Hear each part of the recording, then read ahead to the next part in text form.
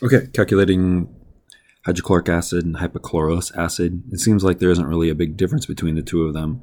We've got just this one oxygen, but the main difference is because this oxygen is here. This is now a weak acid, and we know HCl is a strong acid.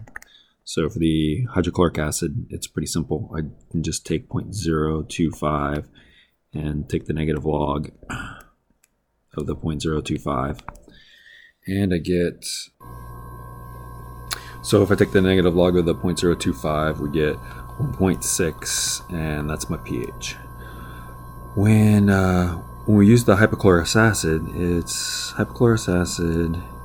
it's in an equilibrium with a water molecule, and we get hydronium ion plus hypochlorite negative. And so since this is in an equilibrium and we don't have that equilibrium with a strong acid, we end up with Ka is equal to hydronium ion, hypochlorite divided by hypochlorous, and we know, let's see, where is it? The hypochlorous acids, Ka is 2.9 times 10 to the negative 8th. So 2.9 times 10 to the negative 8th equals x times x divided by 0.025. And so when we do the math for this, we get x is equal to the square root of 0.025. Sorry, there's something wrong with my pen. Times 2.9 times 10 to the negative 8th. Alright, so let's see what that is. Square root 0.025 times 2.9 e negative 8 close parentheses equals negative log of that.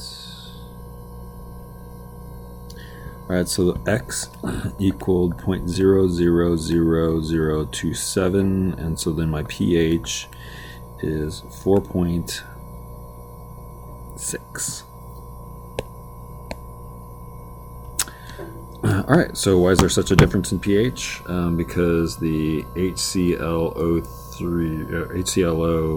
is weak. So much less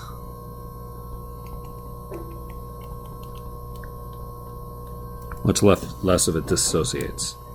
Write out the Lewis structure for methylamine in water. So I'm assuming you looked up methylamine, and so the methylamine is HCHHHNHHH.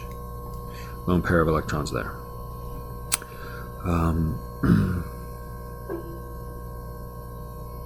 So here's my Lewis structure for this, and write the reaction of this as it's a base. So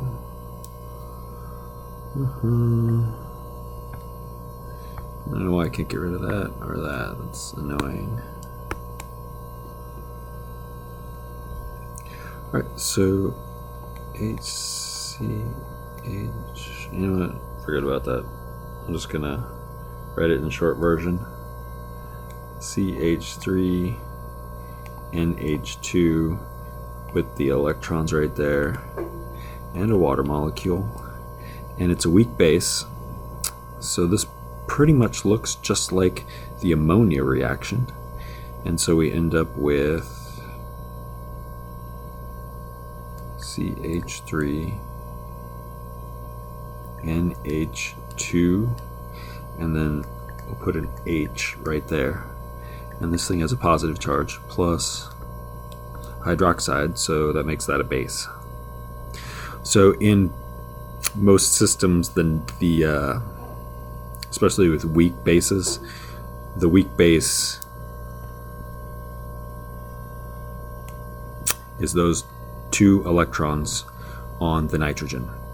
So as Lewis would say, donating pair of electrons to form a bond. There you go, donating a pair of electrons to form a bond. And when that nitrogen provides both electrons to form the bond with this hydrogen over here, so this hydrogen showed up with no electrons at all, and these 2 electrons right here came exclusively from the nitrogen. So that process that formed that bond is a dative bond.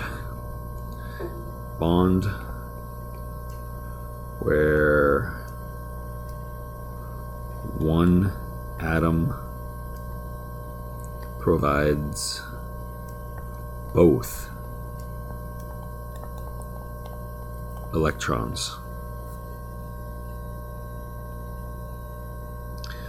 Okay, and then this last one here about the copper 1 sulfide. So copper 1 sulfide, Cu2S, and its solubility is 10 to the negative 48th. Really, this is just a discussion about what KSP means in general, and the fact that that's 10 to the negative 48. So how do I get a number like 10 to the negative 48? Well, that would be this in an equilibrium reaction forming copper 1s and sulfides, -2. And so then if I write the expression, KSP is equal to Cu plus 2, S minus 2. And so I would be putting the copper 2 sulfate down here, or sulfide down here, except that's a solid, so I don't put it down there. But the result is, how do I get a number that is so small? This 2.5 times 10 to the negative 48. That means my denominator has to be huge, and my numerator has to be tiny. That's the only way to get a number like that with a ratio. So the solubility of copper 1 sulfate, it's really, really, really insoluble.